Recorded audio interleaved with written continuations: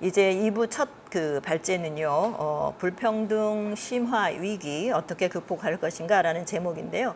오늘 발제하실 그 김병권 선생님을 제가 소개해 드려야겠죠. 현재는 정의당 부설 정책연구소장을 맡고 계시고요. 그간에 서울시의 협치자문관 역임하셨고 또 새로운 사회를 여는 연구원의 부원장을 역임하셨습니다. 아주 귀한 말씀 드실 것 같은데 마이크를 넘겨드리도록 하겠습니다.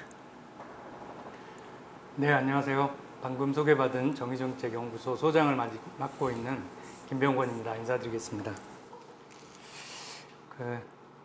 이렇게 뜻깊은 자리에 불교평론 관계자분들께서 초대해 주셔서 저에게 이야기의 기회를 주신 것에 대해서 감사드리고요.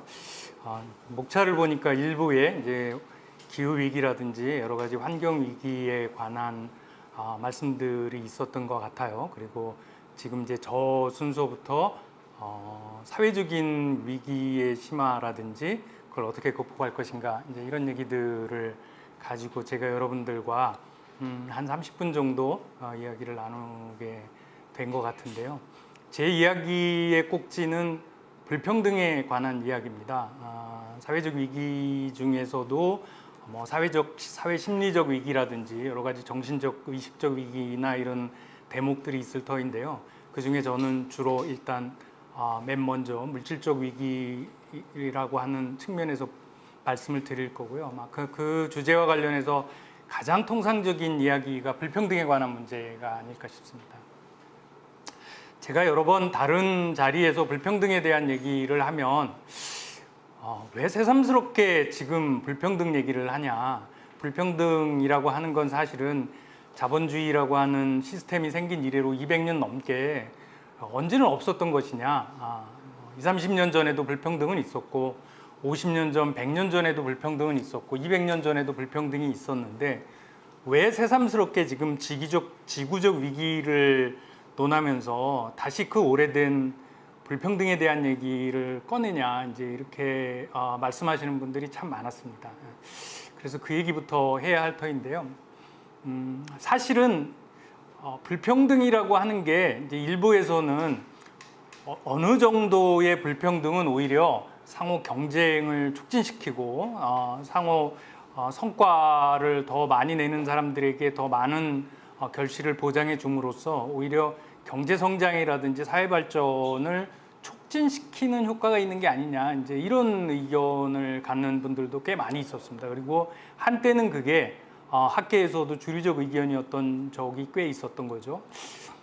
예를 들어서 지금부터 한 70년 전, 그러니까 1950년대, 60년대가 서구 기준으로 보면 자본주의 황금기라고 해서 2차 세계대전 이후 가장 평등했던 시기로 기록되는 시기가 2차 세계대전부터 통상 1970년대까지거든요. 근데 그 시대에는 어떤 이 사조가 유행했냐면 경제 개발 초기 단계에는 자본을 몰아서 집중적으로 투자를 해야 되기 때문에 돈 가진 사람들한테 돈을 몰아주고 그들이 투자를 하게 하고 그렇게 해서 경제 성장을 하는 게 맞다. 그러다 보면 불가피하게 경제 발전 초기에는 불평등이 심화될 수밖에 없다. 그건 어쩔 수 없는 일이다. 하지만 이제 중진국을 넘어서 어느 정도 경제 발전이 되고 그러면 그때부터 사회적으로 분배를 한다든지 이런 거에 신경을 쓰게 돼서 선진 국가가 되면 그때부터는 분배가 개선될 것이다.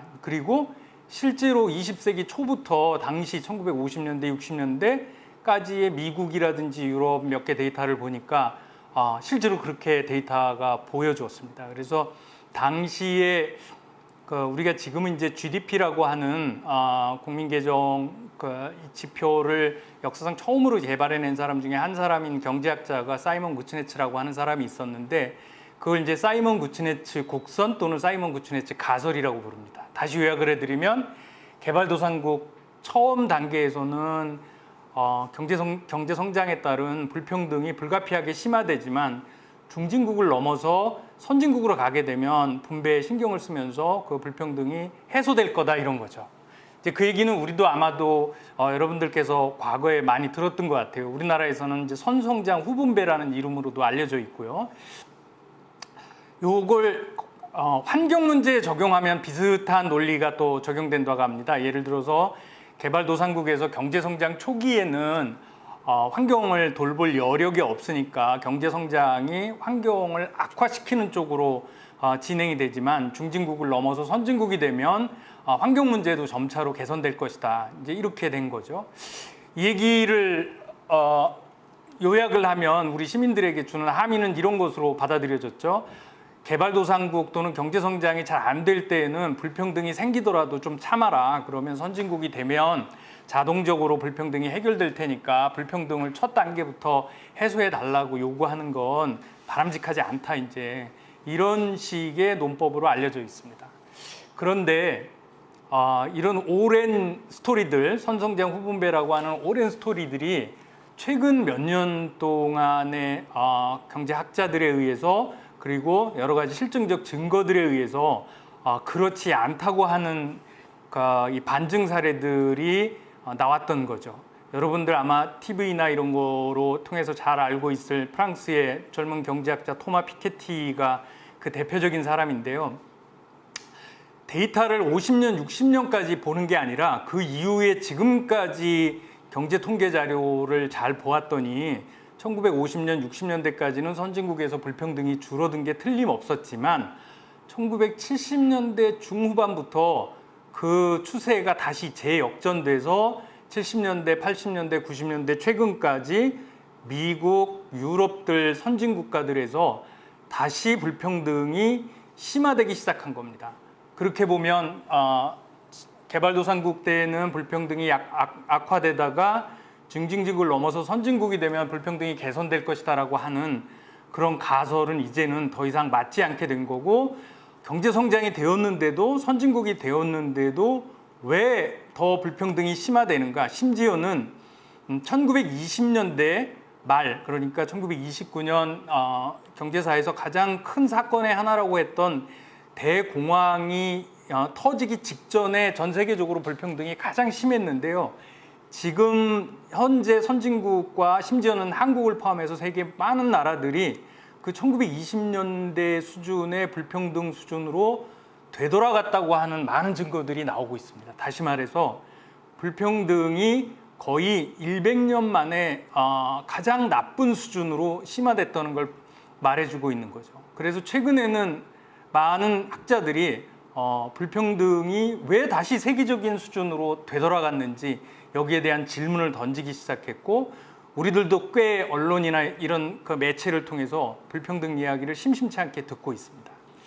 예, 제가 이 대목에서 여러분들께 말씀드리고 싶은 것은요, 지금 우리가 사회적으로 불평등 문제, 그게 소득 불평등이든 아니면 자산 불평등이든 불평등 문제를 논의하는 게 단순히 원래 있었던 자본주의가 가지고 있던 불평등에 대해서 다시 한번 주의를 환기시키려고 말씀드리는 게 아니고, 이 불평등이 과거에 10년 전에 우리가 봤던 거, 20년 전에 봤던 거, 30년 전에 봤던 그런 불평등하고는 수준을 달리하는 소득 불평등, 자산 불평등, 교육 불평등, 이런 다차원적인 불평등이 굉장히 심화되고 있기 때문에 우리가 그대로 이걸 놔두기가 어렵게 되었고, 이것 때문에 굉장히 많은 경제적인 문제, 사회적인 문제가 심화되어서 이 문제를 지금 당장 공적으로 또는 함께 풀지 않으면 안 된다, 이제 이런 말씀을 드리기 위해서 얘기를 했던 것입니다. 자, 이렇게 불평등이, 지금 우리가 말하고 싶은 불평등이 이제 의례적인 통상적인 불평등에 대한 이야기가 아니라 거의 100년 만에 처음으로, 우리나라 기준으로 보면 해방 이후 거의 한 7, 80년 만에 처음으로 심각하게 된 불평등에 어떻게 대처할 것이냐, 이제 이 얘기를 하자고 했던 것이고요. 조금 구체적으로 불평등에 대한 이야기들을 좀 얘기를 해야 되겠습니다.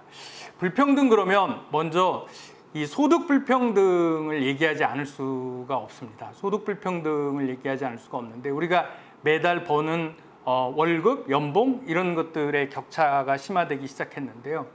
선진국의 사례를 먼저 들어보겠습니다. 선진국, 미국 같은 경우 사례를 들어보면, 아까 제가 1950년대, 60년대가 서구의 자본주의 역사에서 가장 평등했던 시기라고 말씀드렸잖아요. 그 시기에 직원들의 월급과 CEO의 월급의 격차를 연봉 격차로 해도 좋고요. 조사를 해봤더니 적으면 한 15배에서 많으면 한 30배까지 직원하고 그 회사 사원하고 그 회사 사장님 월급의 격차가 그 정도 났다고 합니다. 여러분들 한 이제 10배에서 한 30배 정도면 뭐 사장하고 직원들이 그 정도 차이가 날 수 있다 이렇게 이제 용납이 되시죠.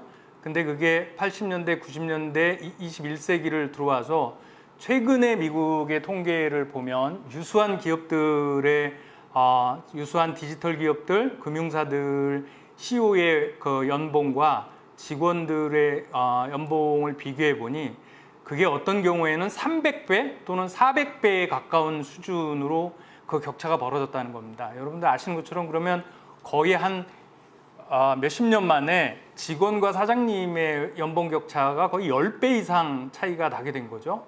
예, 이런 수준으로 격차가 벌어졌습니다. 그래서 옛날에는 1960년대 그 미국의 케네디 대통령 시절 이런 때는 이런 얘기가 있었습니다. 밀물이 들어오면 가라앉았던 모든 배가 들어 올려진다 이런 거였습니다. 한마디로 말해서 경제 성장이 되면 사장님 월급도 오르고 직원 월급도 오르고 그래서 모두가 다 잘 살게 된다 이제 이런 뜻이거든요. 근데 최근에 노벨 경제학상을 수상했던 스티글리츠는 무슨 말을 했냐면 그건 옛날 얘기고 지금은 밀물이 들어오면 값비싼 요트만 들어 올리고 나머지 조그만한 조각배들은 여전히 뒤로 남겨진다 이런 얘기를 합니다. 이제 그걸 최근에 미국 바이든 대통령은 뭐라고 표현했냐면 낙수 효과라고 하죠. 이제 경기가 다 좋아지고 부자들이 잘 살게 되면 서민들도 이제 함께 잘 살게 된다고 했는데 얼마 전에 미국 바이든 대통령은 자신은 최근에 낙수 효과라고 하는 게 일어나는 걸 본 적이 없다 이렇게 표현하고 있습니다. 예, 이런 얘기들이 최근에 소득 불평등이 얼마나 심화되고 있는 걸 보여주는 거고요. 우리나라는 80년대는 아니고 여러분 지금도 기억이 생생하실 외환위기 직후부터 이런 현상이 비슷한 현상이 생기기 시작합니다. 우리나라 소득 불평등이 제일 낮았던 시기는 역사적으로 1987년 6월 항쟁 이후 외환위기가 있었던 1997년까지였는데요. 그 이후에 소득 불평등이 계속 악화돼서 여러분들이 지금 느끼시고 있는 우리나라의 소득 격차들이 벌어지게 된 거죠. 자산 불평등도 거의 비슷하게 진행이 됩니다. 이게 자산 불평등이 진행된 건 우리나라가 특히 아주 극적으로 일어나는데요. 여러분 지금 이제 저보다 조금 윗세대 분들이 기억하실 겁니다. 한국이 1945년 해방이 된 이래 해방이 되고 나서 1950년대까지 이른바 이제 농지개혁이라는 게 진행이 됐잖아요. 그 전에 일제시대 때는 워낙 일본인들과 뭐 동양 척식 주식회사 이런 이제 일본인 기업과 일부 지역들 대토지 소유자들이 그 당시에는 이제 생산수단이 농지였으니까요. 주로는 그 농지의 대부분을 차지하고 이제 일반 서민들은 소재학 생활을 했지 않습니까? 해방 이후에도 그대로 물려받아서 해방 이후 대한민국 국민들의 가장 큰 소망 중에 하나는 경제 유전의 원칙에 따라서 농지를 평등하게 분배받는 거였습니다. 그리고 여러 가지 우여곡절을 거쳐서 당시에 진보적인 정책을 견지했던 조봉암 씨가 농수산부 장관이 되면서 농림부 장관이 돼서 농지개혁을 단행했죠. 이 지니계수라고 있습니다. 그러니까 우리가 이제 흔히 불평등에 관한 지표를 볼 때 제일 흔히 쓰는 지표인데요. 지니계수가 1이 나오면 완전 평등한 겁니다. 예를 들어서 우리 10명이 있을 때 그 10명이 가지고 있는 재산 100을 각각 10씩 다 나눠 가지면 완전 평등한 거 아니겠습니까? 그러면 지니계수가 1로 나옵니다. 그리고 지니계수가 0이 되는 경우에는 완전 불평등이죠. 그러니까 10명이 100이 되는 자산을 가지고 한 사람이 100을 다 소유하고 나머지 9명은 아무것도 소유하지 못하는 이런 상태가 되면 지니계수는 0이라는 숫자로 나옵니다. 현실은 대체로 0과 1 사이에 있겠죠. 그리고 0에 가까울수록 평등한 거고 1에 가까울수록 불평등한 것일 텐데요. 해방 이후 농지에 관한 진위계수는 약 0.73 정도가 나왔다고 합니다. 매우 불평등한 겁니다. 이 정도면. 그리고 농지개혁을 한 결과 대한민국의 농지 진위계수가 무려 0.3까지 떨어졌습니다. 0.1만 떨어져도 대단한 건데 0.3까지 거의 2배 이상이 떨어진 거지 않습니까? 이 정도면 전 세계에서 가장 큰 이 불평등의 개선이라고 볼 수가 있는데요. 이렇게 돼서 1960년대쯤 이르면 대한민국은 적어도 농지에 관한 한 세계에서 가장 평등한 국가가 됐고요. 이제 소농의 나라가 다시 된 거죠.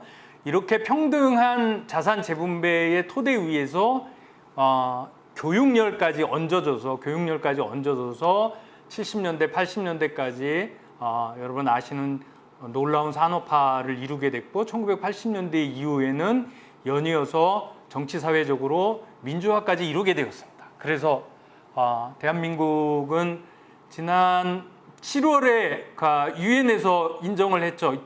지난 7월에 유엔에서 개발도상국 범주에 있는 나라 중에서 최초로 유엔의 UNCTAD라고 하는 이 조직이 생긴 이래로 최초로 한국을 선진국 이 범주에다가 옮겨 넣어 주었습니다. 다시 말하면 세계적인 후진국에서 선진국이 된 2차 세계대전 이후에 거의 딱 한 나라가 바로 대한민국이 될 정도로 놀라운 성과를 거뒀고 많은 경제학자들은 1950년대 농지개혁이 그 이후에 한국의 놀라운 경제성장과 민주화까지 이어지는 그런 이 흔히들 얘기하는 한강의 기적이 만들어지게 됐던 중요한 토대가 되었다 이렇게 말씀들을 하시고 계시는데요.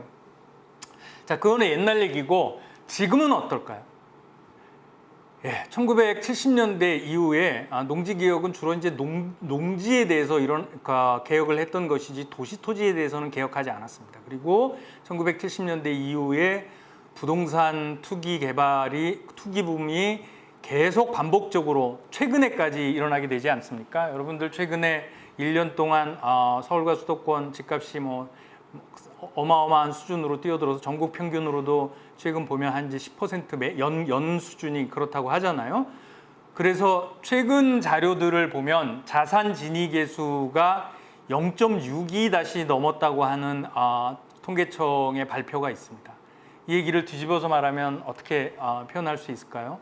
한국의 놀라운 경제성장의 토대가 되었던 자산의 평등화가 이제는 거의 해방 직후 수준으로 거의 되돌아가고 있는 게 아니냐 이렇게 이제 우려를 하는 분들이 많을 정도로 자산 불평등이 엄청나게 심해졌다고 하는 지표들을 계속 우리가 확인할 수가 있는 겁니다. 자, 이렇게 소득 불평등도 그동안 최근 몇십 년 동안 굉장히 심해졌고요. 한국도 아까 제가 미국 사례를 말씀드렸습니다만 한국도 외환위기 이후 지금까지 소득 불평등이 계속 심화돼서 미국 정도로 직원과 CEO의 연봉 편차가 300배 이런 정도는 아니더라도 50배에서 한 150배 사이의 큰 기업들 경우는 난다고 합니다. 만만치 않은 수준으로 소득 불평등이 나고 있고요. 자산 불평등은 지금 말씀드린 대로 거의 농지개혁의 효과가 완전히 사라져버리고 다시 이 부동산 불평등이 우리 사회의 가장 심각한 문제가 될 정도로 커졌습니다. 흔히들 이 부동산 불평등의 지표로 이제 그런 걸 보잖아요. 이제 PIR이라고 해서 소득을 몇 년 동안 저축을 해야 집을 살 수 있는지 이제 이런 얘기들 많이 합니다. 최근에 데이터를 보니까 서울 집 중간 정도 규모의 집을 서울시 중산층이 살려면 자기가 번 월급을 단 한 푼도 쓰지 않고 한 17년 정도를 모아야 산다고 해요. 거의 불가능한 얘기죠. 이럴 정도로 악화됐습니다. 그게 아마 우리들이 불평등에 대해서 지금 문제시 삼고 있는 이유가 아닐까 싶고요.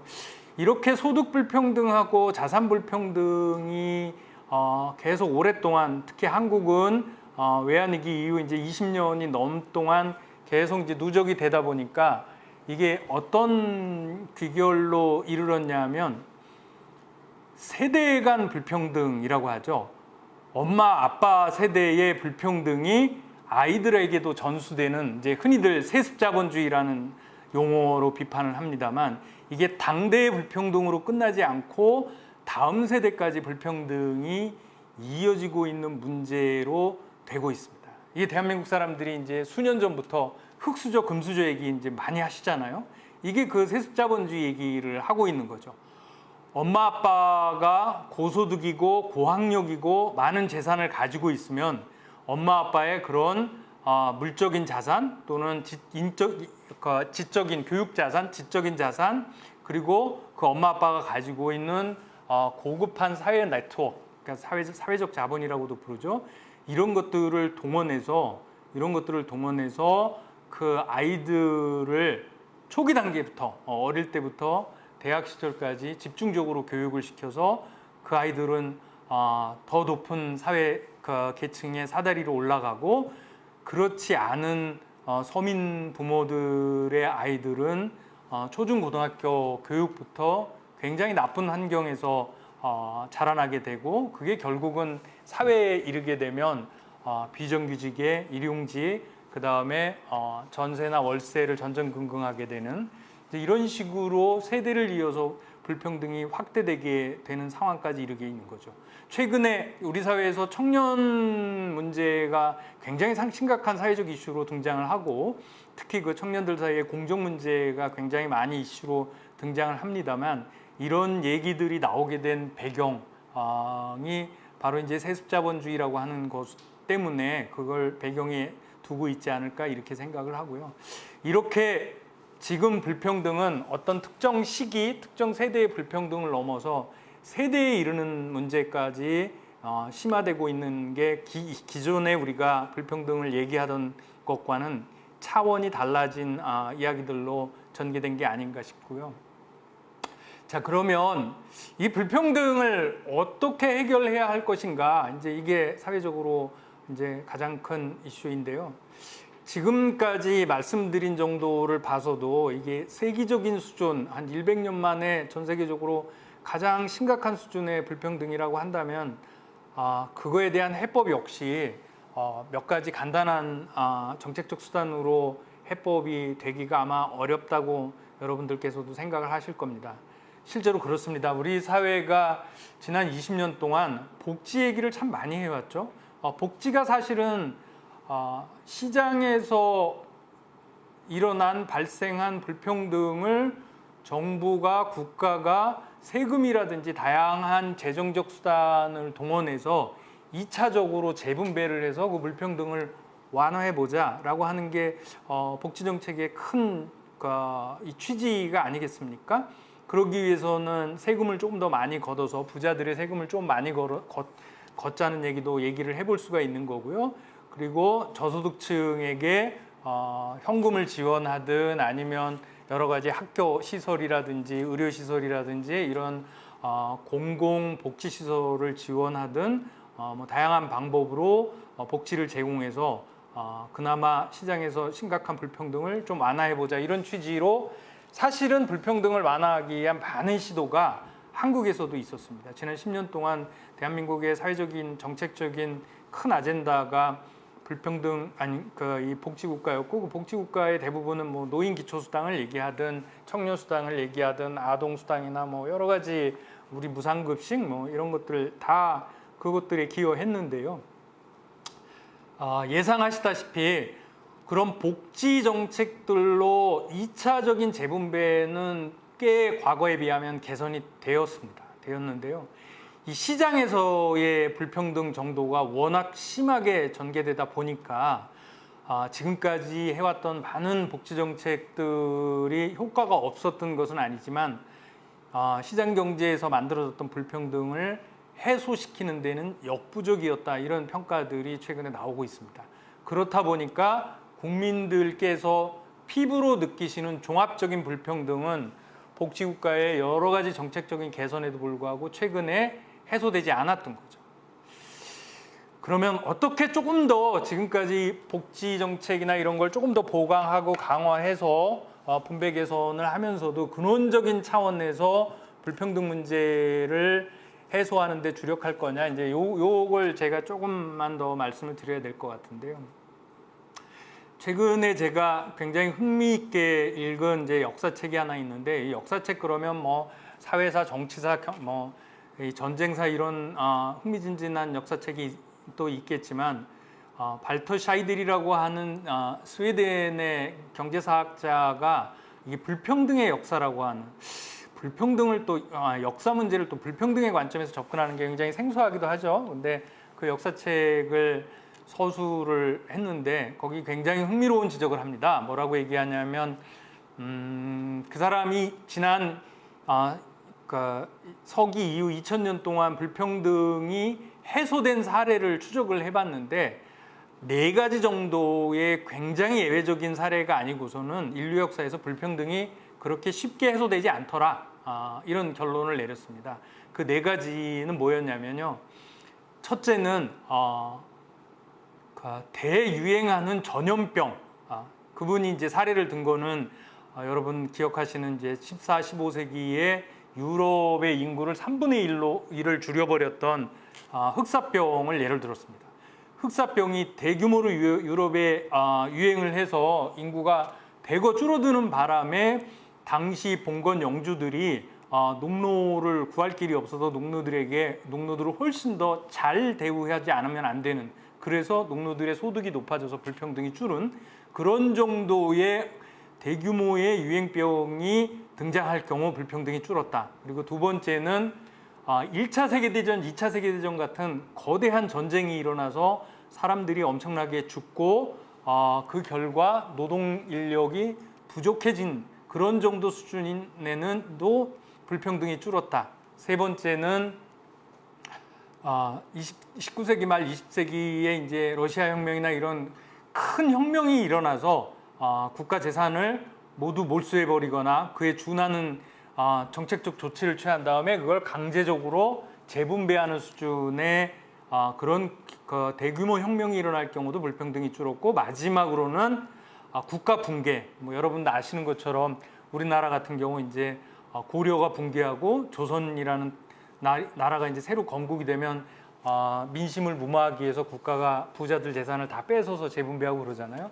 그런 정도의 평상시에는 거의 일어날 법하지 않은 수준의 굉장히 강도 높은 이 충격이 있지 않으면 불평등은 사실은 잘 줄어들지 않았다, 역사에서. 이런 여러분들께서 들으시면 매우 비관적인 그런 이제 사례만을 제시하면서 그 이후에는 불평등이 줄지 않았다고 얘기했습니다.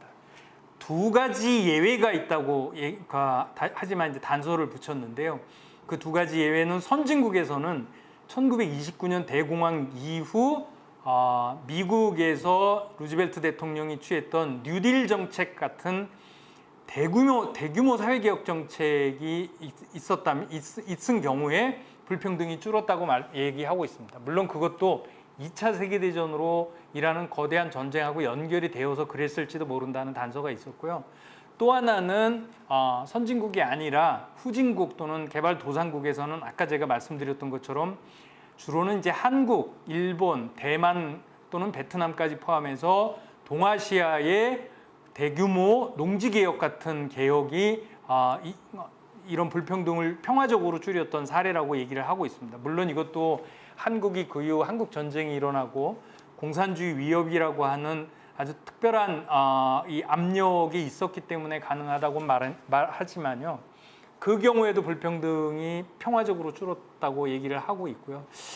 이제 이런 정도의 이 압력이 있지 않고선 불평등이 잘 줄지 않는다, 이런 이제 비관적인 평가를 내렸는데, 우리가 그래서 지금 수행하고 있는 이제 많은 복지 정책들을 조금 더 보완하고 보강해야 하지만 새삼스럽게 지금 수준의 불평등을 치유하기 위한 방안으로 1930년대 미국의 뉴딜 정책이라든지 또는 토지개혁, 우리 한국에서 했던 토지개혁 얘기를 되돌아봐야 되는 이유가 아닐까 싶습니다. 최근에 기후위기를 막기 위해서 이제 그린 뉴딜 정책을 이제 뉴딜이라는 이름 아래 또 소환하고 있잖아요. 그리고 우리나라 부동산 문제가 워낙 심각하니까 일각에서는 제2의 토지개혁에 준하는 그런 토지 문제에 대한 개혁이 필요한 게 아니냐 이런 목소리들이 들리고 있습니다. 그 이유가 아닐까 싶고요.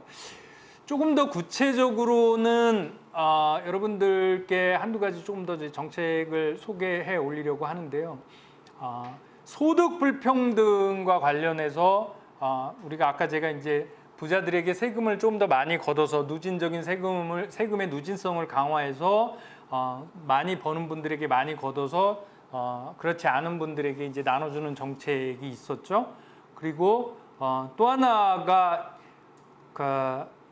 한국에서 최근 5년 동안 문재인 정부에서 추진했던 소득주도 성장 같은 것이 불평등과 성장을 함께 해결하자. 소득 불평등도 줄이면서 경제 성장도 시켜보자는 아이디어로 제안되었던 정책입니다. 그리고 이 정책은 이제 주로 최저임금을 올리는 정책에 포커스를 맞춘 탓으로 오래가지 못했죠. 실제로 제 입장에서 보면 소득주도 성장은 문재인 정부 한 2년 정도 가다가 좌초됐다고 생각하는데요. 그러다 보니까 여러분들 소득 격차를 줄이기 위해서는 어떻게 해야 되겠습니까? 그러니까 가장 간단하게 우리가 생각해 볼 수 있는 거는 소득 밑에 있는 분들의 소득을 올려주는 겁니다. 이게 이제 최저임금 인상으로 가능하겠죠. 그리고 최근 5년 동안 소득주도 성장이라는 이름 아래 밑에 있는 소득을 올려주는 정책을 취하려고 노력했습니다. 근데 이게 어떤 이유가 됐든 현재로는 잘 안 되면서 국민들의 신임을 잃게 되었습니다. 그러면 여러분 이제 다른 방법은 없을까요? 저는 반대를 생각해 보자고 제안합니다. 뭐냐면 밑에 소득을 밑에서 위로 올리는 게 잘 안 되면 위에 있는 소득들을 밑으로 조금 내리면 되지 않겠습니까? 그러면 어쨌든 격차가 줄어들게 되는 거죠. 최저임금이 밑에 있는 소득을 위로 올려서 소득 불평등을 줄이자는 취지가 있다면요. 위에 있는 소득을 조금 내려서 불평등을 줄이자는 취지로 제안된 정책이 최저임금의 반대니까 최고임금제라고 하는 게 있습니다. 최고임금제는 사실은 1930년대 루즈벨트 대통령이 제안했던 것이기도 합니다. 뭐 예를 들어서 당시 1941년도에 2차 세계대전을 앞두고 루즈벨트 대통령은 뭐라고 얘기했냐면 지금으로 말하면 40만 달러니까 우리나라 돈으로 한 4억 5천 정도 되나요? 누구든 미국 시민은 연봉 4억 5천 이상을 집에 들고 가면 안 된다. 이렇게 얘기를 한 적이 있습니다. 이 얘기는 5억을 벌면 4억 5천만 집에 가져가고요. 그 다음에 50억을 벌면 어떻게 됩니까? 49억 5,500은 나라에 내야 된다는 겁니다. 그러니까 그 이상을 못 가져가게 되는 그런 정책이었는데 결국은 의회에서 반대가 돼서 최고소득세율을 88%까지 어마어마하죠. 100원 벌면 88원. 근데 그게 차라리 낫습니다. 그래서 최고소득세를 높이는 식으로 타협이 되긴 했지만 뉴딜 정책에서 제안됐던 정책이기도 하고요. 한 7, 8년 전에 스위스에서 최저임금의 12배 또는 13배 이상을 연봉을 많이 받는 사람들이 더 이상 못 가져가게 하자는 최고임금법을 국민투표에 붙이기도 했습니다. 물론 가결되지는 못했는데요. 그리고 지금 한국에는 낯선 거라고요? 그렇지 않습니다. 한국에는 지금 지방 정부들이 조례를 제정해서 의회 의원들이라든지 지방 공공기관들의 기관장의 연봉을 임금의 8배 또는 7배, 6배 이런 거로 제한하는 조례들이 일부 지방 정부에서 통과된 사례가 있습니다. 물론 아직 중앙 정부는 통과되지 않았고요. 그래서 저는 만약에 우리가 최저임금을 올리는 거에 대한 합의가 잘 안 된다면 최고임금제를 설정하는 것도 충분히 얘기해 볼 만하고 지금은 이제 지방정부 수준에서 한국에서는 되고 있지만 이거를 공공 전체 차원에서 늘릴 수도 있고 심지어는 민간에게까지 확대하는 방안을 진지하게 검토할 수도 있다. 이렇게 말씀을 드릴 수 있고요. 두 번째는 그러면 자산 불평등은 어떻게 할 거냐. 지금 말씀드린 건 소득 불평등인데 자산 불평등이 심각한데 그건 어떻게 할 거냐. 이제 이런 말씀에 관해서 조금 이제 얘기를 해야 되는데요. 말씀드린 대로 지금의 자산 불평등 수준은 어쩌면 그냥 부동산 투기 몇 개 잡아서 해결 안 될지도 모릅니다. 이미 그 차이가 심각하기 때문에 그래서 개념적으로 보면 제2의 토지개혁을 수행하지 않으면 안 되는 단계에 와 있는 줄도 모르고요.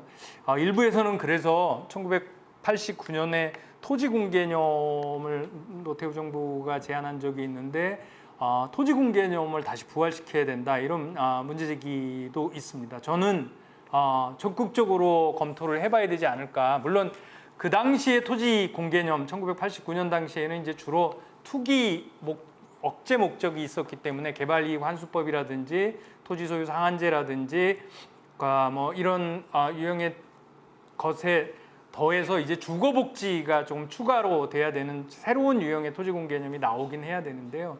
그런 대목들이 좀 추가되어야 하고요. 아울러서 아까 제가 세습자본주의 얘기를 말씀을 드렸잖아요. 그래서 토지 분배, 토지를 포함한 자산 불평등을 과거처럼 그냥 동일한 세대 사이에 토지 공개념이나 이런 걸 통해서 재분배하는 거 말고 여기에 더해서 특히 자산 재분배에는 세대 간의 자산 재분배가 굉장히 심각한 문제로 등장을 하고 있습니다. 그러니까 지금 청년 세대들에게 그게 훨씬 더 심화된다는 거죠. 그래서 나왔던 얘기가 최근 제가 속한 정의당이나 최근에 이제 주요 정당들의 대통령 후보들도 이제 많이들 말씀하시는 것 같아요. 이제 이른바 기본자산 또는 기초자산, 뭐 사회적 상속, 뭐 여러 가지 이름들로 불려지잖아요. 그러니까 부유한 자산과 이 소득을 가진 부모들의 자녀들은 그걸 그대로 물려받아서 이후에 사회 진출하는데 큰 어려움이 없지만 그렇지 못한 흔히들 말하는 흙수저 부모들의 자녀들은 사회 진입의 첫 시작부터 굉장한 어려움에 처할 수밖에 없고 그러면 거기서부터 이미 불평등이 시작될 수밖에 없다면 사회에 진입하는 첫 단계에 있는 청년들에게 부모의 찬스를 쓸 수가 없다면 사회가 예를 들어서 모든 만 20세 이상의 모든 청년들에게 최초의 사회에 진출하기 위한 미천으로 3천만 원, 5천만 원, 아까 제가 예를 드렸던 토마 피케티 같은 경제학자는 우리나라 돈으로 약 1억 6천만 원 정도를 나눠주자. 부유세하고 소득세, 누진세를 걷어서 뭐 이런 정도 수준까지 얘기하고 있는데요.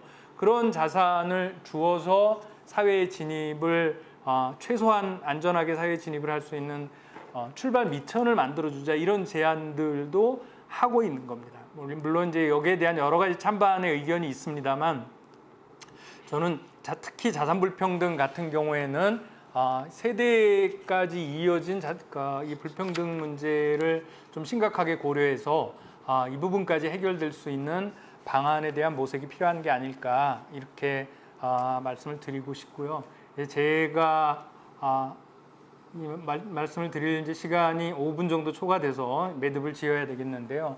저는 이제 여러분들께 불평등 문제를 지금 새삼스럽게 말씀드리는 이유가 있다. 예년과 같지 않고 역사적으로 매우 심각한 거라서 이걸 관성적으로 받아들여서는 안 될 것 같다고 제안을 드렸고요.